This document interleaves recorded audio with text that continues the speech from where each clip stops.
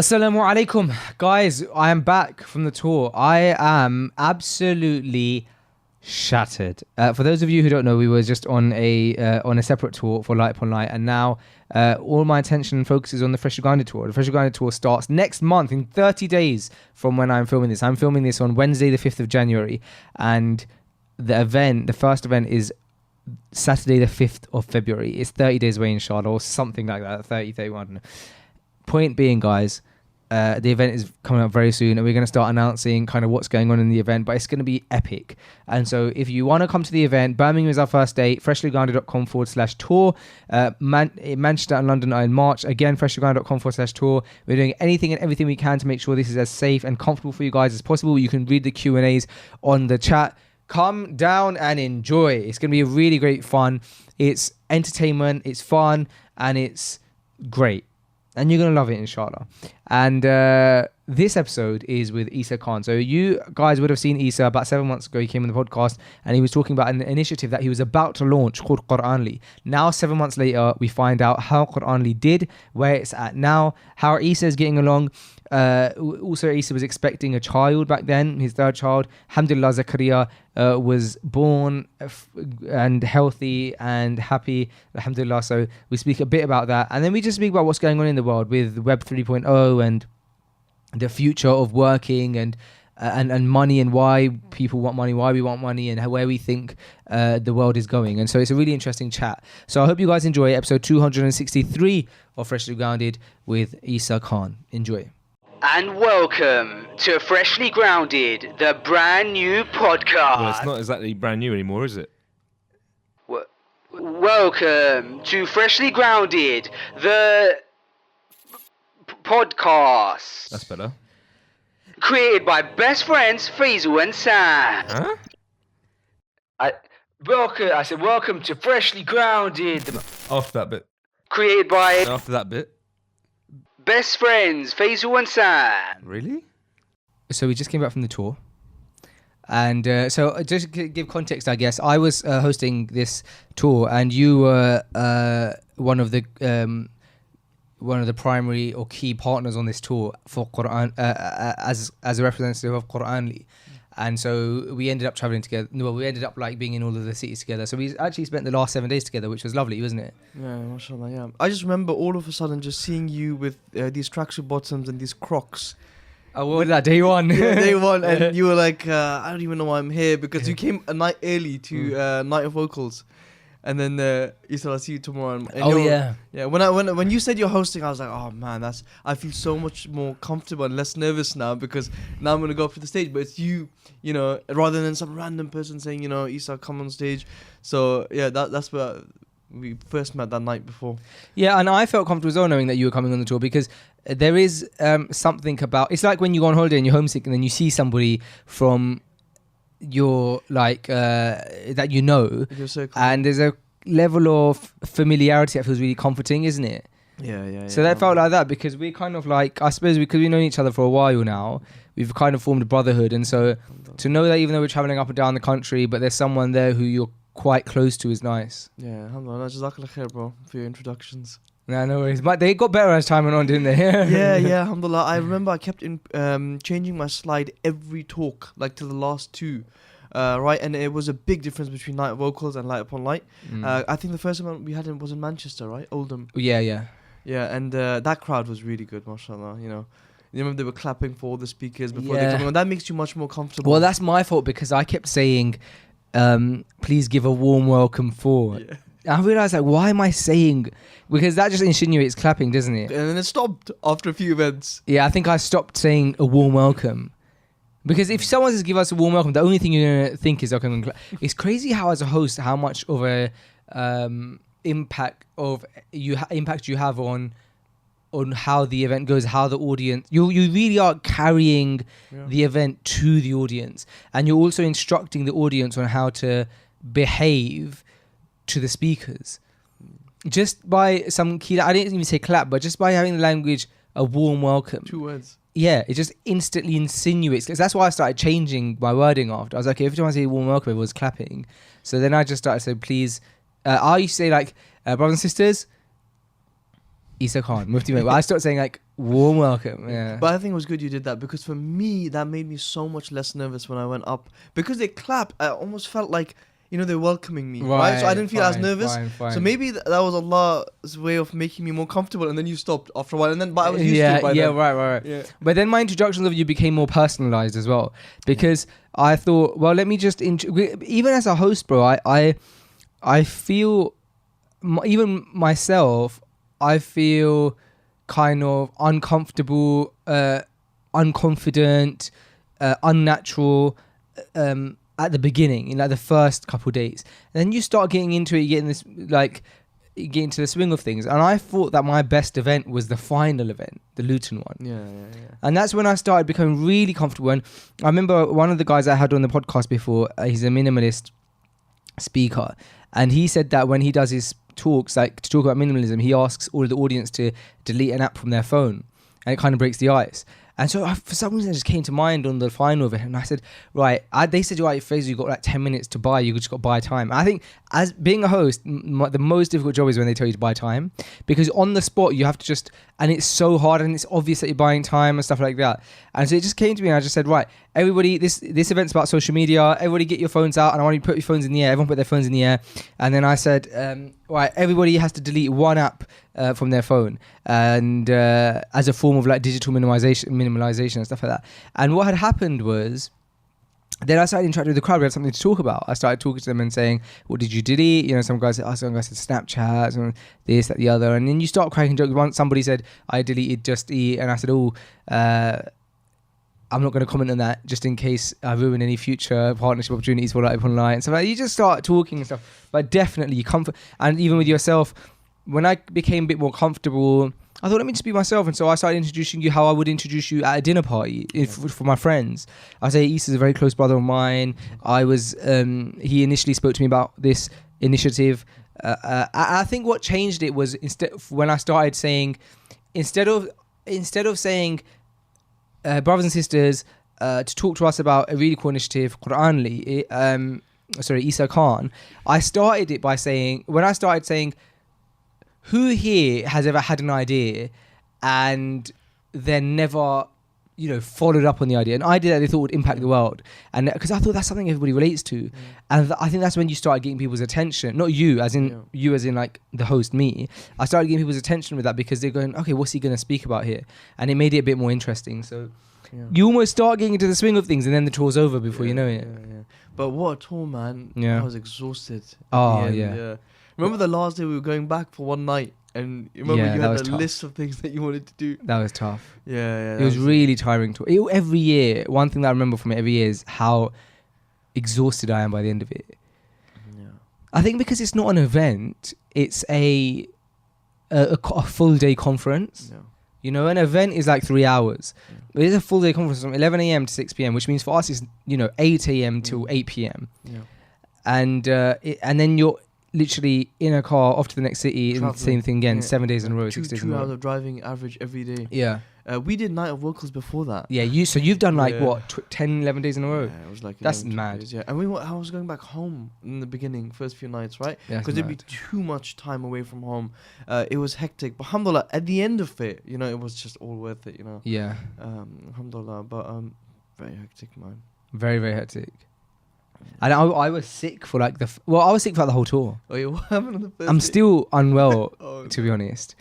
But I've got a bit better, alhamdulillah. But the first 4 days in London is when the turning point when I started feeling better. And London was almost one of the last days. We had Oldham unwell, Bradford unwell, Birmingham I was unwell. And then London, I started feeling a bit better. London, Luton, Leicester. And then that's why I think Luton was my best day, because Luton I was feeling probably a bit better. But even I came back and I've been to the doctors now and they're doing tests and stuff now. So I'm still not 100% better. But you're at home. Touring when you're not well is tough. Yeah. You soldiered through it though, mashallah. Even though the first day, I remember you came a bit late, but then I should actually mention that it's not COVID related. Otherwise people will think, why are you hosting for 1,000 people COVID? It wasn't COVID related. Yeah, But yeah, alhamdulillah, the team was very helpful, and one of the guys that travels with us is a paramedic, so that's really helpful. Yeah, that brother's a legend. He's mashallah. amazing. Yeah. Yeah, Alhamdulillah. alhamdulillah. So, bro, let's talk about Quran. So, you came on here last, and it was as you were launching Quran. You were just about, you hadn't even launched it yet. Yeah. You're about to launch it. Yeah. I'm gonna request something of you, which you may not feel comfortable doing, Yeah. but I hope that you do, because I think that the audience, the Freshly Grounded audience, is invested in all the podcasts that we do. Yeah. And I think the beauty of the Freshly Grounded podcasts are that I hope that the audience feel that we don't hide things from them, and that we're transparent with them, so that they can learn lessons from it and grow in their own businesses. But then also they feel like, you know, they're your friend, like you're opening up to them just as much as we are. And I know you haven't opened up about this in a public platform before, so I'm going to request that from you. However, do what you feel comfortable doing. Yeah. What I'm gonna, Before you start that, Go on. I just want to say something, right? That alhamdulillah, you know, you guys and a few of the other brothers really helped launch Quranly, and it was really, really important in the beginning.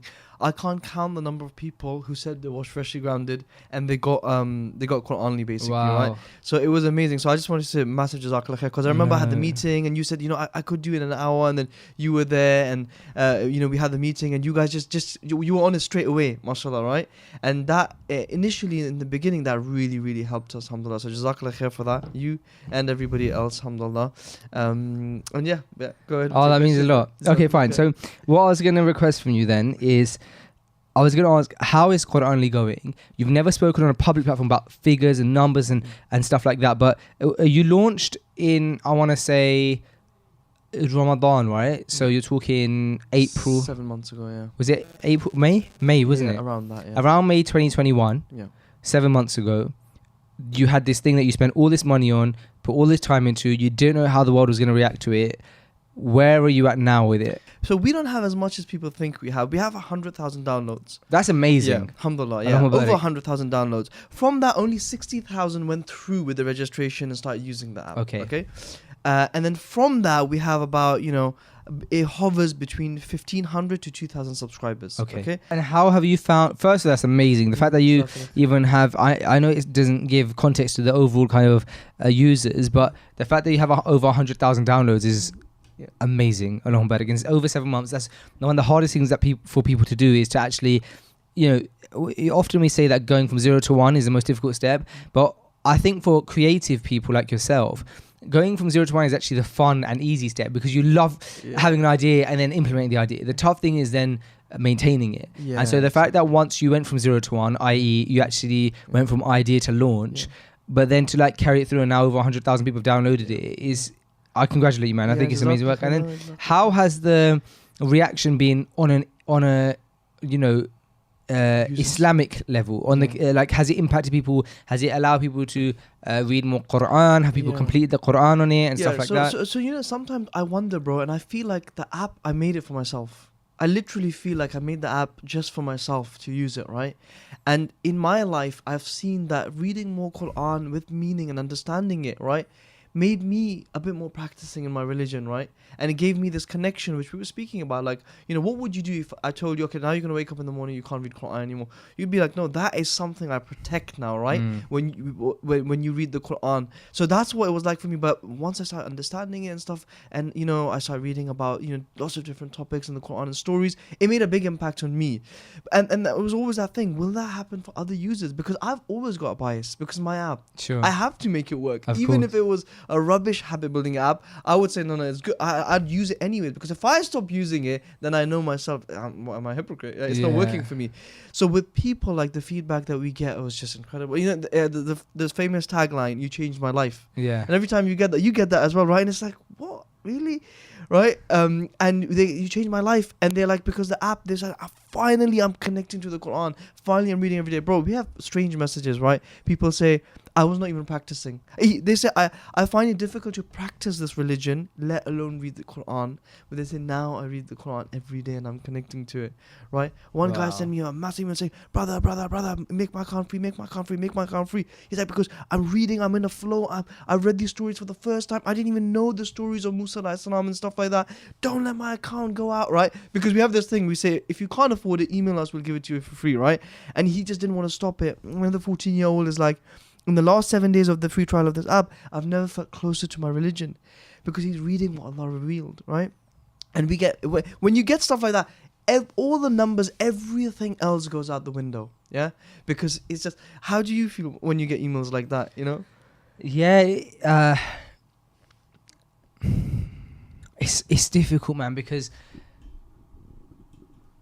you don't want to become numb to it, because when you read it, you like, even on this tour, bro, we had, for example, a sister who gave her brother or her brother or her brother-in-law or someone a letter that she had handwritten for Freshly Grounded, and he handed it to me in an envelope. He said, "This is my sister wrote a letter for you," and we actually received 2 handwritten letters on that tour, the tour we just did, which is special because normally our messages come on DMs and emails. And often we don't get to, like, for example, this sister wrote this letter, and she probably doesn't know how much of an impact it's had, because you see the letter and then, it's not a back and forth conversation, right? But it's amazing to think about where it started. I think this was just an idea, and you didn't know if it would impact people, and you were just creating something for yourself, like you said with the Quran only. I was just creating something that I thought I would like to listen to.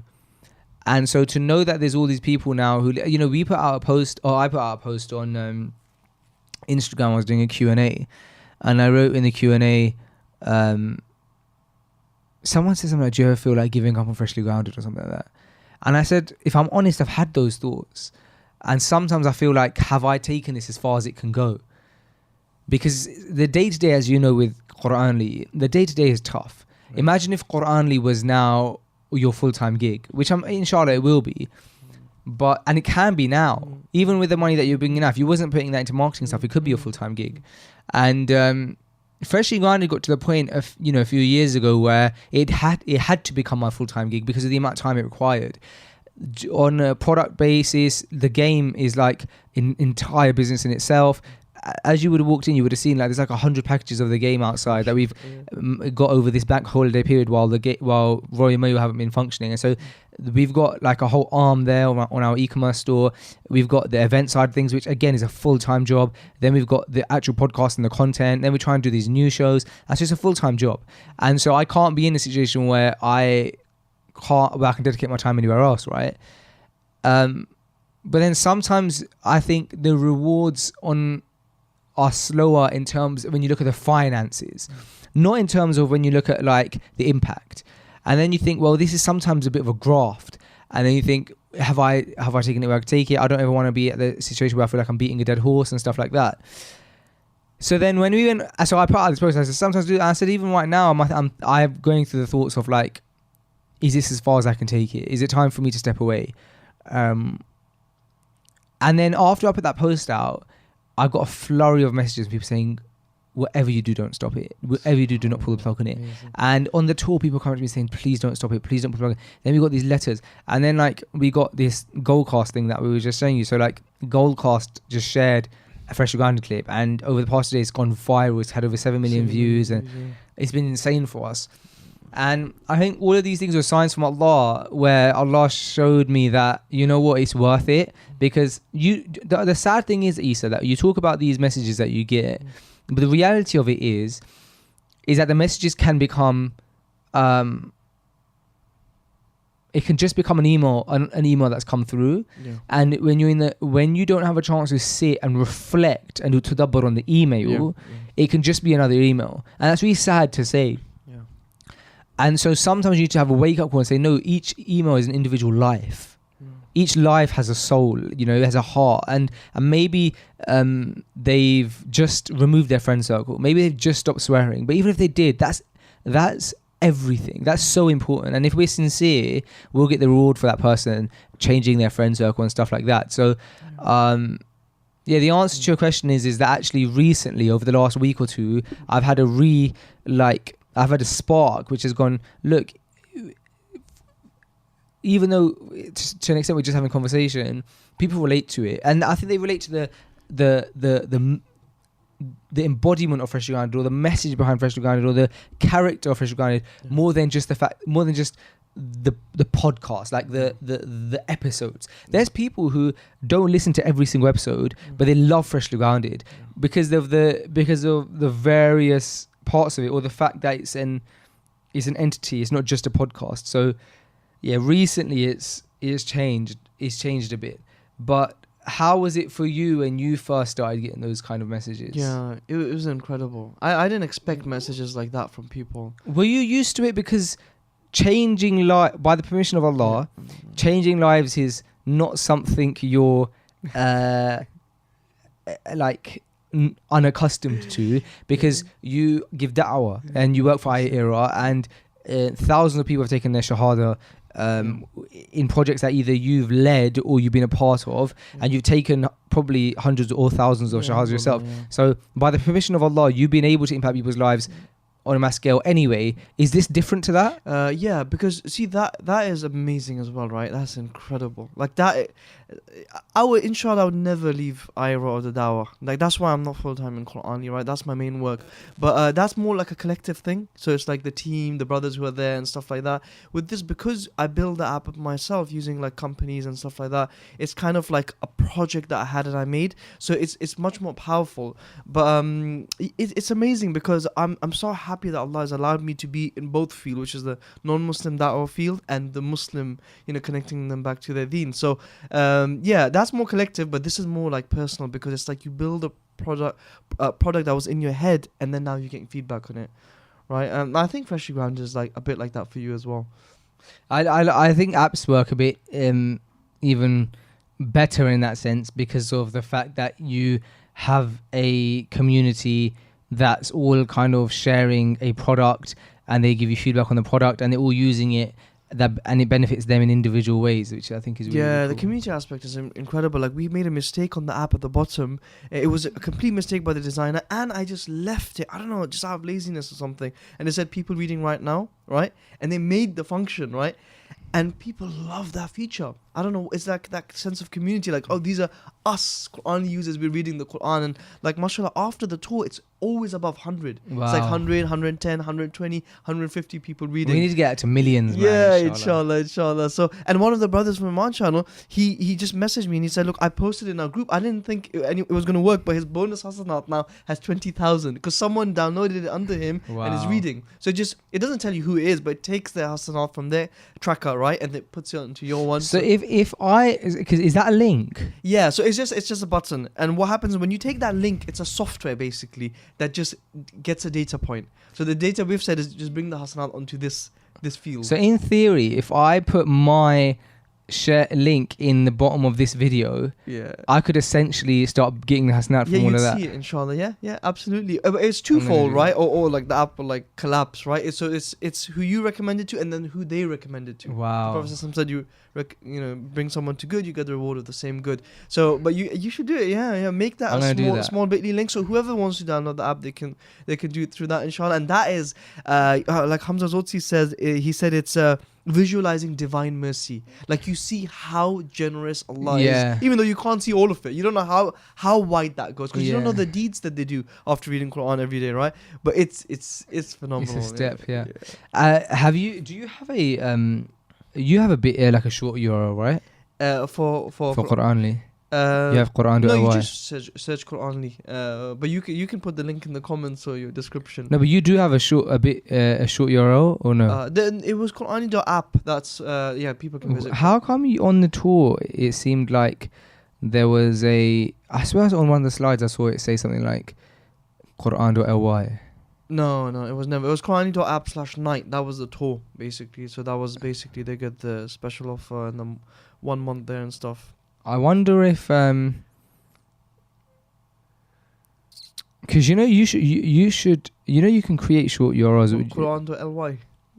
No, that doesn't exist. I'm just looking at it now. but you can get but regardless, even if it's Quran.app, Quranly.app, yeah. You can turn that into you can get like, so we have fgtry.be, and so we do our short URLs through that rather than using Bitly. Okay. Or we have fgga.me,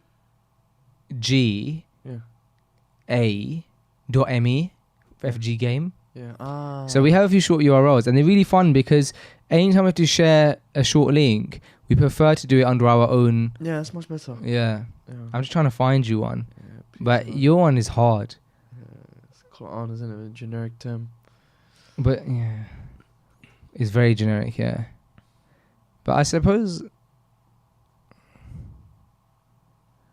I'm just trying to look at Quran. You can get because you already have Quranly.app, don't you? Yeah. But you can't turn your I don't think you can turn your main domain into a short domain because you have to like give it to them. You could do Quranly.me. Quranly.me. What about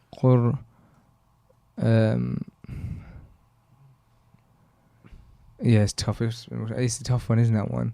I'm always trying to look for more for me because like if I could get like do you want to see the ones that I do have? There you go.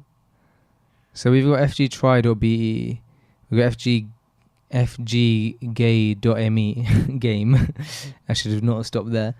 But we have some cool ones. So you guys have .me basically. It's basically just .me, yeah. Okay. But I'm gonna show you some of my domains when we finish this. Actually, Go on. you'll like them. I've got fgtribe.com as well. Actually, I don't know what to do with all of these. But I have some really cool ones I'm going to show you. Store them, bro. But we've got freshuganda.live. We don't use that. freshuganda.com, freshuganda.co, fggame.shop. I got my name in all kind of ways. Faisalchowdhury.com and stuff like that. I got faisal.live. Freshlygrounded.podcast. Yeah, that's true. But podcast domains exist. Not sure. Yeah, I've not seen them before. So how's I think the other thing that was happening before when we were on the last podcast is you were just about to have a kid. Were you just about to have a kid? Yeah. Just about, yeah. Zakaria. Yeah. Is I that- think you as well, right? Yeah, I was just about to have a kid as well. Yeah, same. Yeah. But I've spoken ad nauseum to the Pressure Gun audience about my kids. So how did that all go? Yeah, so basically I was in the hospital when the baby was born, and it was crazy, bro, because you alhamdulillah, Zakaria is my third baby. You're used to, like, obviously you're used to it once, I'm used to it twice, right? You think the child's gonna be born, you go home and stuff, but when Zakaria was born, bro, they were like lifting his arm, it was like falling, they were like, they're calling in people, giving him extra oxygen. It was quite scary. And then they took him like to a separate place, and he was there for a week, right? And I was like, what do I do now? But my wife, mashallah, she was really understanding, and she was like, yeah. I was still at the hospital, right? But she was like, yeah, just release it. And I released it in the hospital. Oh, the app. The app came out in the hospital, and yeah, it just shot up, subhanallah. But subhanallah, bro, like you said before, something you mentioned is that I think Allah tests you, and He also motivates you, because there were so many times when I was making the app or about to release it where I was getting these second thoughts and like, what if it doesn't happen? I used to just see random things on the internet. Right, one I saw that was so simple but so powerful. It said, "What if it works?" That's it. Yeah. And I was like, yeah, subhanallah. I love sayings like that. Like, especially ones that counter, because that counters what if it doesn't work. Yeah. But the only counter to that is, well, what if it does? Yeah, exactly. So powerful, isn't it? Another one I remember one, I don't know who, this is a famous one, but I can't remember who, you might know. It was like, I don't know if it was a debate between Muslim and atheist or something, and then maybe the atheist said, like, what would you do if you found out that, if you lived a whole life and you found out that, Islam isn't true? And then the response, you give 1,000 responses to that, and the response that Dari gave was, what are you going to do when you find out it is? And it's just so powerful. Who is that? I have a feeling it was like even Hamza's audience or something. I can't remember. Probably, but that's powerful, man. It is powerful because sometimes we don't use simple thinking. Yeah. With so many things. What if it works? Yeah. Exactly. And I saw lots of stuff like that, bro. Honestly, you know, one day I remember I was so sad. I don't know what I saw, but I thought, oh man, this might be very difficult. And it was, bro, it was a random video. And it's like so cheesy. The guy's looking down at the camera and he's saying, is that all it took you to give up? And I was like, oh my God, I was like, Allah send this to me. I said, I've never felt so low while making this app. And then I see that. And these little things, it just kept me going until I released it. And then once you start getting that feedback, right, like you get for Freshly Grounded and stuff, then it makes it much easier. Because now, before you don't know anything before it's out. Because you haven't made the meal yet for people to try it. Right. But once it's made and people have tried it, they're like, I love it. Some people might say, okay, I'm not a big fan. Right. And then you get feedback. So I went through that a lot because I watched loads of motivational videos. But I always tell myself that, am I just watching these videos? I'm not doing anything. Yeah. Like, am I going to do anything? Even if it's a project that fails, let me just try and do something, right? So, because, bro, I've had so many projects that have failed over time. Oh, above all of us. Yeah. You just constantly, and we were discussing in the car that the success outweighs all the failures. Of course. It makes it worth it. You know, Jamil Qureshi, he says that you can fail many times, but it doesn't make you a failure. Yeah. And that's really important to know. Yeah. Failing doesn't equate to you being a failure.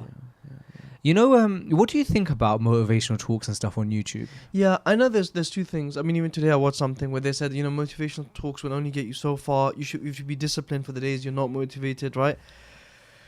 I don't agree with it because I've watched so many motivational things that made me motivated and keep going. Yeah. So it clearly worked, right? Maybe that it has a downside where sometimes you just can't get motivated, but it works for me. So one of the motivational speakers said that somebody once told me that motivation is temporary. It might have. I can't remember who it was. I think it was that old motivational speaker,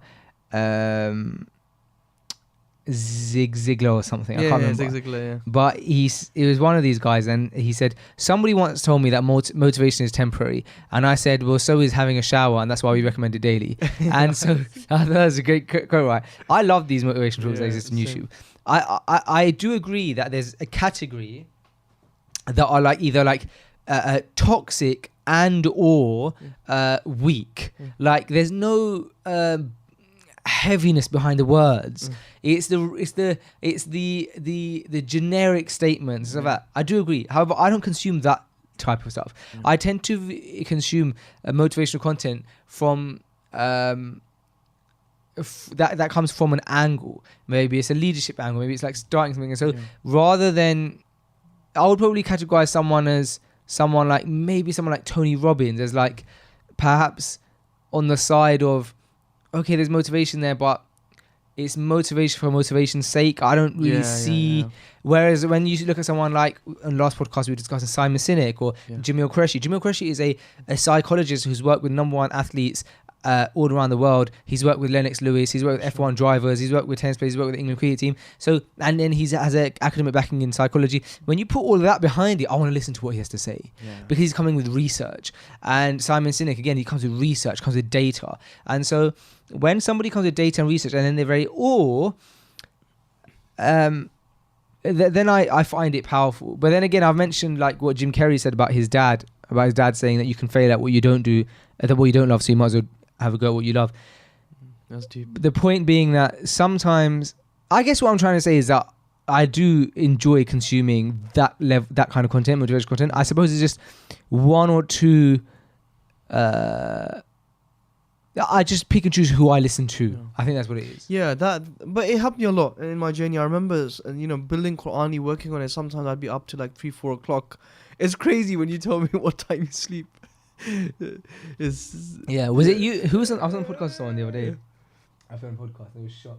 Adam Afghan. That's good. It's good, man. But I'll be up till late nights. I find that an amazing time to work for me. Right? I just can't work at late. Yeah, because maybe you're used to sleeping early, right? Yeah.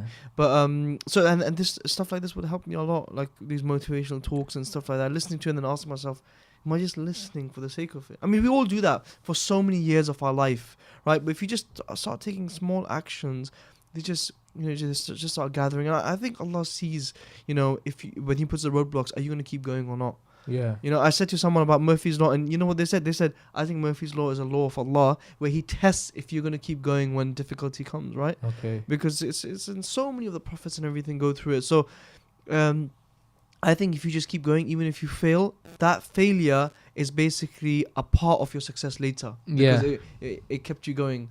Even when we launched, there was lots of issues and stuff. But then the feedback we got, I mean, it's the reviews that come back from people and they say, you know, I started reading Quran. I went to like drop my kids off to like this MMA lesson, right? And the brother was telling me, he said, and you know, I was telling my daughter, you look like someone's dad on the videos. And I'm like, oh, it's me. He's like, is it you? I was like, yes, subhanAllah. And then he said, I was in Aqsa. And a brother said, bro, you have got to check out this Quran. That's powerful. That's and very I was like, powerful. What?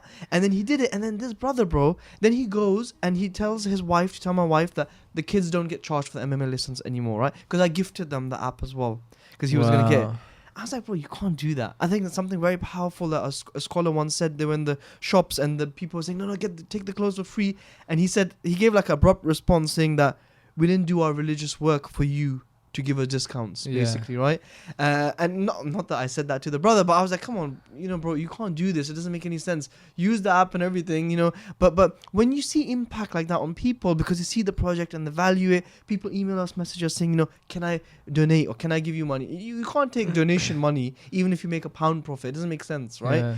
So that's quite powerful. When you hear it, I was telling someone that the day someone recommends Quranly to me is the day I'll stop promoting it, because then I'll know, okay, it's gone everywhere, and someone it's just in the mainstream and someone is randomly suggesting it to me. But even, bro, just a few months ago we were in heavy debt, £16,000. Wow. Right, because we had spent £40,000 on development. But Qadar Allah gave me someone from Pakistan. They gave us a long time to pay. Even they would say it to us sometimes, bro, like, you know, can you clear this bill and stuff? And it was only till I did a big launch and I just sold some yearly memberships I had to, right, that finally, alhamdulillah, we paid it off. And now we can put money into the new development to improve it. So it was tough, bro. It was very tough, you know, but just keep pushing and keep going, alhamdulillah. And have you met the guys from Pillars? Yeah, and no, I haven't met them, but I've spoken to the brother, mashallah. Okay, which brother did you speak to? I think Abdurrahman. Abdurrahman's kind of more active on. Yeah. He I think he messaged me, and subhanAllah, when he messaged me, I told him, I said, bro, I am in Mexico with Ira doing the mission right now, and I said, I just showed this new like this person who's not even Muslim yet of how we found the common direction. So it was, subhanAllah. And I love their Qibla finder. It's just so beautiful and so simple. Yeah. Is that green dot comes up, right? Yeah. You feel like you won something. Yeah, that was incredible. So it's amazing that these things are coming up now, like these new apps and technologies. I feel like, you know, sometimes you take something from this level and you bring it up here, right? Yeah. But then the new generation, they join you, they start with this level and they take it up here. Yeah. Right? Things change over time, and it's good, because then you see when we get older, we'll say, okay, look at the new generation. They don't start at the old stuff anymore. They start at the new level stuff, right? I think gone are the days where the Muslims are behind on things. Yes, we're still a bit behind, but I think with this generation, or definitely the next generation, is equal playing field, because we were behind before because our parents or our parents were immigrants, and so we're still learning. Now the next generation, their parents aren't immigrants anymore. Their parents and their potentially grandparents are born and raised here, and so there is that equal playing field of understanding technology, going to the same place. Like their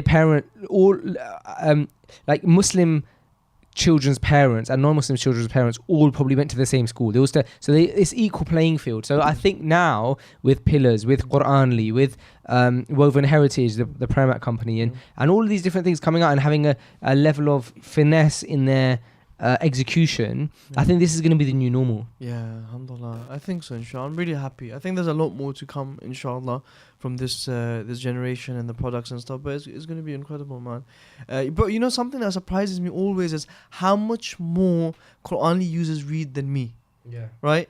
It might be something hard for you to relate to, because it's like we have to do the same, but you know, sometimes they like send me a screenshot and they're reading more than a juz every day. Completely, right? So like my Hasanat tracker might be 50,000 for the week, and someone else's might be 250,000. And I think one thing that I love that Pillars has done is that they've got a really amazing relationship with the customers who use it, that feedback, and I love that as well. Like I do it. So people email me, they're like my friends basically, right? Bro, they'll send me pages, saying, brother, these are the 12 points, and by the way, they're all in order of what I would like first, right? And I communicate, and I love it because the feedback is amazing, right? And I talk to them and stuff like that, and they give me feedback, and I think that is a very important now in this new day and age. Before, there was days where you'd release an Islamic app, and then 7 years there's no update on that app, or like you can't get in touch with anyone, or there's no email or nothing. I think we have to basically have this new thing that where you get feedback from people and you keep improving it based on that. And we do that in Qur'an. People email us all the time with improvements, suggestions, questions. I enjoy that. Actually talking to the customers and seeing how they're finding it. Are you active on Twitter? No, You must. I'm active for Ira. Like that's myself. what Pillars smash. They smash Twitter, mashallah, and that's where they get that community level. And I think that for an app like Pillars, like Qur'anly, I think Twitter, even for Uganda, I think Twitter is really powerful, and we don't use it enough. And I think now our generation should start understanding, and I think they do understand the importance of like community managers and stuff like that. Yeah. Even for us, freshly grounded, like we don't have a community manager. It's an incredibly important part considering we're a community-based initiative. But you look at your resources and you go, oh, we got put resources here, and then you think, oh, we haven't got the resources to put into stuff like that. But it's important. You have to invest in those things, even if you don't have the resources. Yeah, 100%. Yeah, it's very, very powerful stuff, man. Like I said, I love what you're doing. And I love what's been the growth of Qur'anly. I'm really happy to see it and stuff like that. And I think that we'll end up seeing all that. What would you? Let's think of some takeaways that you could give to actual. So people listening right now, let's broaden it from just an app to a project in general, or the tech space in general. Can you think of some key takeaways now on your experience over the last 7 months of advices that you would give to a young Muslim who wants to enter the tech space? Yeah, I think not just the tech space, anything, right? A young Muslim who wants to do anything. I think what I'd say is, I was speaking to a brother, a very close friend of mine, and I said to him that you need to start. I said, because there's a long journey ahead of you, right? Like, for example, I started 7 months ago, and which is not that long, but there's so many tests and trials that you have to face. The fact that you're waiting and you're not starting right now, you're going to face a lot of obstacles now. Just start now so you can start jumping over them right now, right? Yeah, wow. And what I'd say to you that Muslims, the most important thing, right, even more than like everything else, is the fact that you just keep moving forward. Just take little action. Sometimes, bro, I'm the laziest person in the world. Trust me. People who know me well, they'll tell you that, right? But what I do is that, I just keep trying. So the most important thing I'd say is that don't stagnate and stay in one place and leave that project on the shelf, right? And just leave it, because things will happen in your life. Things will get worse, It's difficult, right? But what I would say is that just keep taking small action every single day. And these motivational talks and stuff, they inspire me a lot. I think you need stuff like that to motivate you and get you started. And do a lot of research. I mean, so much is all online, bro. Like, everything I built was like, if I want to find out anything about apps, I go on YouTube and I search for apps. If I want to learn about building a business, I'll go to Audible, put my AirPods on, and just listen to the whole book in like 3 days of driving, right? So there's so much available, right? Like, right now, we just live in such an amazing time. Everything's on your phone, everything's accessible, but you have to take those steps. And this is we see in the stories of the prophets. They were all Maryam alayhi salam. They said, just shake the tree, right? Allah could have just given her, whatever she needed, but she had to like shake it. And Nuh alayhi salam had to take action. So what I learned from that is that you have to take action, and Allah will open the doors. And sometimes he'll close them, and then he'll keep it locked for a while to see, are you going to keep going? And then, bro, those doors will fling open, right? And you go through. So whatever project whoever has, just keep going, because you might fail on the first 3 projects now, but if you don't start, you got a long way to go, because you're just waiting now, and you're going to go through the same obstacles. So yeah. You've also clearly had to make a lot of financial decisions that are quite risky, large financial decisions that have been quite risky. And I think for a lot of people, that's a difficult step to take, because you don't know what's going to happen. You don't know if it's going to be a good decision or a bad decision. And you'll only know once you've spent the money. And then that's where a lot of people get kind of conscious, and they don't maybe go ahead with it. So how would you recommend people understanding their relationship with spending money or the risk with money? Yeah, so that was tough. That was really difficult. I mean, even now, I think I'm being affected by it. That and this sometimes, you'll have like everything is just calculated. You give it here. You're happy that everything's paid off, but you're like, wow, I have almost nothing now because I've paid all these bills and put into all these different places. So I would say that, look, I'm not the kind of person, I'll be honest with you, who like stops buying fizzy drinks and saves up that money, or stops going to eat out at this place. And so I just can't do that at all. Like, I don't know if you do it and stuff, but I can't, do on the little daily things in your life, right? I find that to do, or stop having coffee and making it at home and stuff like that. I find that difficult, but maybe others can. Everyone has their own strengths.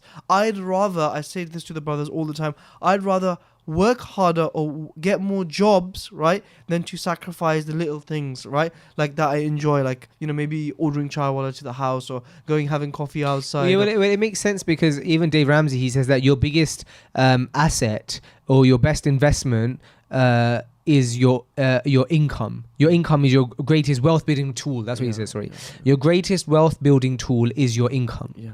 And so you're kind of right in what you're saying. While obviously it's not ideal to spend extravagantly, of course, yeah, you're right in that you have a lot more wealth building assets by making more money than you are by, saving on the little things, I guess. So I say, instead of going crazy saving mode, why don't you work a bit harder and make a bit more money? Like, sometimes people say, if you really are complaining so much, go do Uber at night. Why not?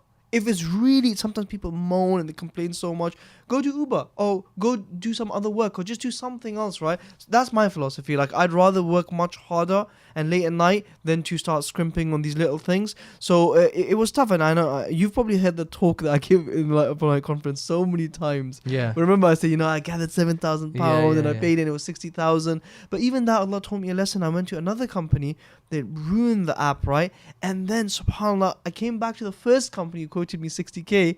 Because so much was made, they said, okay, you know what, we'll do it. And they let me pay over time, right? And so that was tough, like gathering that money, because when I had 7 and they said 60, I was just like, this is it, it's over. Like, this is not, when you see a jacket always in the shop and the tag is inside, always, and if you pull the tag out and you look and it's like £400, and you put the tag back in. You put the tag back in and you hope that no one saw you, right? Yeah. And that's what it was like for me. But I said, look, follow your principle. It's easy for me to even say this stuff on the podcast, bro. I swear, every time you say things, Allah tests you. Sometimes if I give brothers a reminder about sunnah, the next day my sunnah will become so difficult, and I feel like Allah will test me if I'm going to pray or not. So so I saw that and everything, but alhamdulillah, it worked out at the end. They gave us time to pay. We did a promo, and it was. I mean, sometimes people support us when they say, "Look, can I give you a bit of money, right?" And we say, "Look, we can't take money like that. We're not a charity, right?" So what they do is, mashallah, they buy accounts, right? And that's just so honorable and so nice of brothers who are in business and stuff, and they're like, here you go 2K, and I'm like, okay, here you got 25 accounts, and they say, okay, give it out on my behalf to other people and stuff. And a few brothers like that, mashallah, they did it. Especially one brother, I know he doesn't want his name mentioned, but that helped a lot. Like that, cleared us and then allowed us to now put money back into new design and stuff like that. As you know, design is expensive, especially good design. So, but yeah, just keep going with it as it comes, All these principles can be applied in everyone else's projects and businesses that they're starting up. You just have to keep going, balance your stuff, work a bit harder, sleep a bit later at nights and stuff like that. And you, after like 1 or 2 years, you'll be like, oh my God, mashallah, I'm here. I have so much more than I had before. Right. Yeah. I think what you said about living in the information age is really important as well. We do live in the information age where it's... there's so many things that exist, like Fiverr, like Upwork, where at a Skillshare you can very quickly learn a skill and start implementing that skill or putting it into practice and selling your work and stuff like that. So, and now kind of cryptocurrency has made that even easier as well, isn't it? Yeah. It's huge. It'll be interesting. The whole cryptocurrency thing is really interesting because it'll be interesting to see what happens with. I've been very keen to understand it from an Islamic perspective, in that, like, for example, we had Ustad Ma'ariya Taka on here, very pro crypto, confused by anybody who would think that it's in any way impermissible. And then you do have very serious shuyukh who are like, right now we'd recommend against it. Yeah. And so I'm just very intrigued to see, as it becomes more prominent, like where the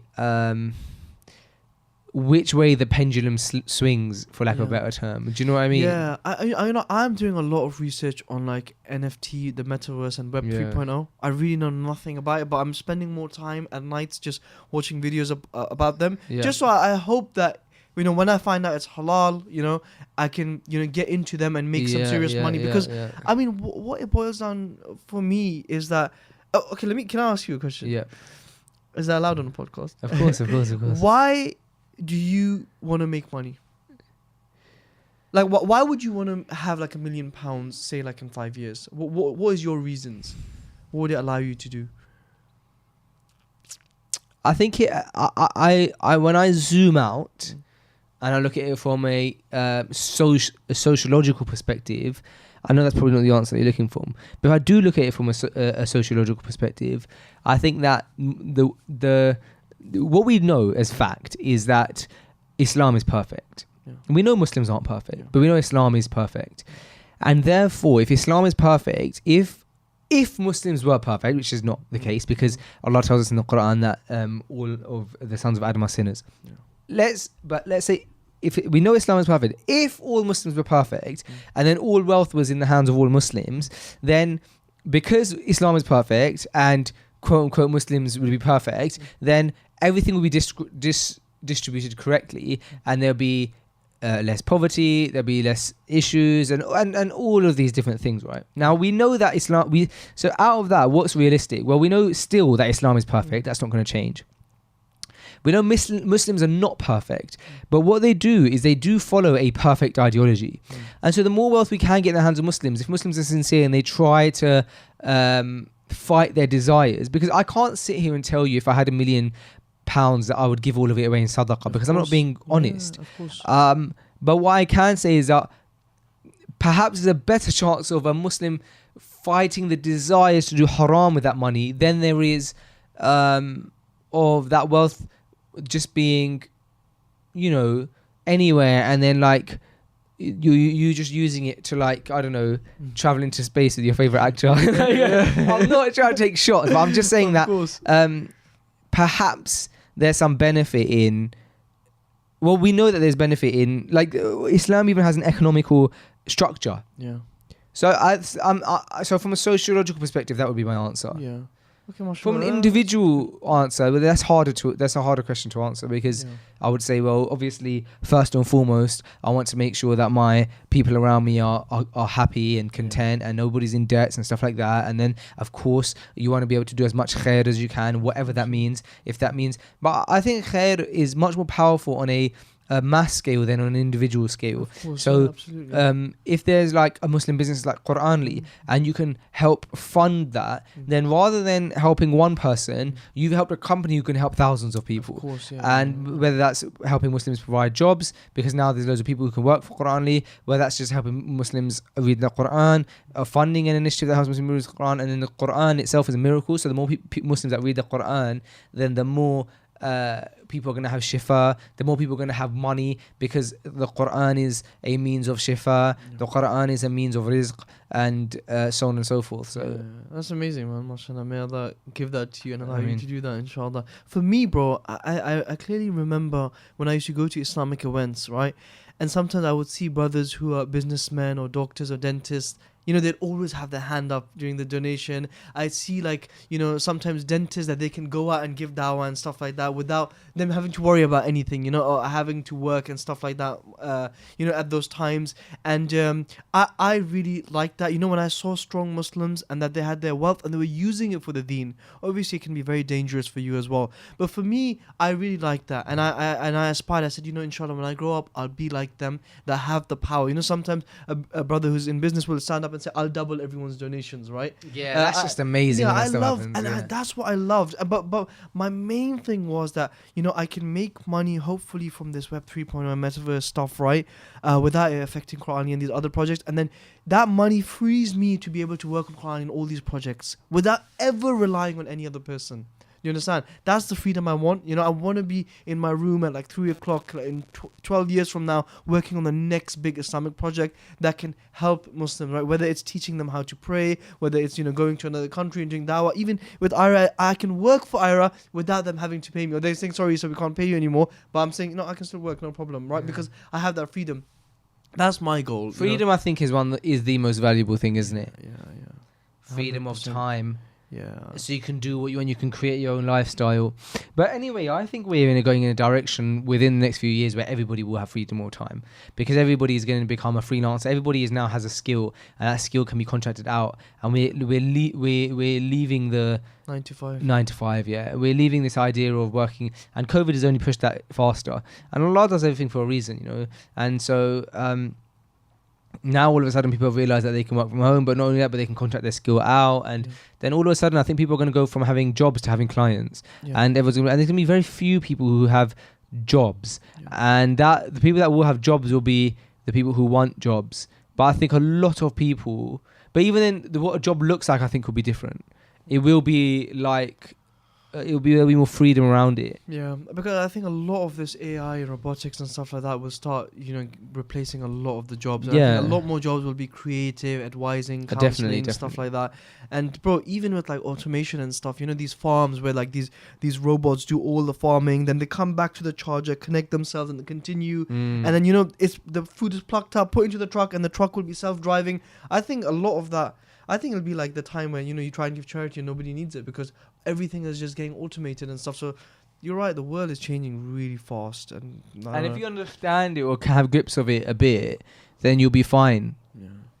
The last thing you want to do is to be too reactive. You don't have to be ahead of the curve. You don't have to be the one who's creating the latest initiatives. You don't have to be the one who creates Tesla or who could. But as long as you understand the world and the direction it's heading in, I think you'll be okay. Yeah, and there'll be the other way as well. So there'll be a lot more of where people want to go to places with no phones, no technologies, living on a farm for like the weekend. That stuff is going to come up as well because people will want both. They'll want really advanced stuff, and so there's a lot of opportunities. I think if you just research, look up the information, watch YouTube videos, there's a lot that you can do. And with that money, I mean, it's very important that people use that for the right stuff and not go in the other way, which can happen with some people, right? So if you use that for the deen and your family and looking after people, there's, you know, what else do you want? Having freedom and just working on charity projects around the world with people. So may Allah make it easy for everybody, inshallah. I think that the world is also becoming more kind of borderless in some ways, and that's not from a political standpoint, but definitely from individual standpoints. Like because you now can do your work remotely, and therefore you can run something, and you can run something from anywhere in the world. You could have Qur'ani as a business that's based in London, but decide that you want to live in Qatar and still run Qur'ani from London from a laptop, because as long as you have an internet connection, you can. And with things like, I don't know, I think I don't have it, but I think something like Monzo allows you to have a card that, you know, you don't have fees anyway. So you have a Monzo account here, you got a business here, and all you need is Wi-Fi and laptop. Who cares where you are? Like the world's becoming more like that, and that's just so amazing because I don't know, man. It just feels so freedom again. I just think freedom is an asset that is so valuable. Yeah. And if you have it, it's like, you know, gold dust in that way. Yeah. I was speaking to my wife yesterday, and obviously, as you know, because I've not been very well for the past week or 2 weeks now. And I just said, like, it's just so true that you only value your health when you are sick. Yeah. You only value when you're sick. I remember, like, being on the tour, and the brothers around me could just eat whatever they wanted to eat, and you could see they had energy. And I was, you know, Allahumma barak. I don't want to give them ayn, but you just look at them and you think, well, wow, when I was healthy, I was able to do that. And now, like, you know, as you know, like, they would take us for dinner every night, and so we went to some amazing restaurants. We went to this one restaurant, and all I could eat was the chips because they were dry, which is potato. I was having the boneless chicken pieces. But bro, there was curries and lamb chops and beautifully marinated chicken and all these other things that I couldn't touch. And you just think, and you're hungry, but yeah, your stomach's hurting and stuff, and yeah, it just it makes you appreciate health. 100%. I face that sometimes when at the end of the month when I look and my money's almost hit zero, I'm like, all those times I was getting takeaways and doing all of this, if I just saved like £50, it would be so valuable right now. Right now, yeah. Last 2 days of the month, right? Yeah. I'm sorry. And yeah, it's you value it when that's why the Prophet said, look to those who have less than you. Yeah. Right? Not those who have above you, because you really start to appreciate. And even if you look back in your own life, you think, wow, where's Allah brought me from, right? A lot of people listening might do that and say, you know what, I might be complaining about what I have, but like 6 years ago, I had nothing. You know, I couldn't even buy stuff myself. I'd have to ask my parents or something, right? So, yeah, you can reflect a lot if you look at, you know, those who have less. Very important to do that. Isa, may Allah bless you, bro. Jazakallah khair for your time. We're in winter, which means if we film something during the day, it has to be short because Salah comes so regularly. So we should pray Asr now. But it's a good note to end the podcast on. We're 59 minutes and 4 seconds in. So alhamdulillah, we've pretty much hit the hour mark once I get the intro. But thank you for your time, bro. I always appreciate it. I always love having a conversation with you, and I think that the people do too. Yeah, Jazakallah khair. I really appreciate it. Well, yeah. God bless you. May Allah bless you too. Assalamu alaikum.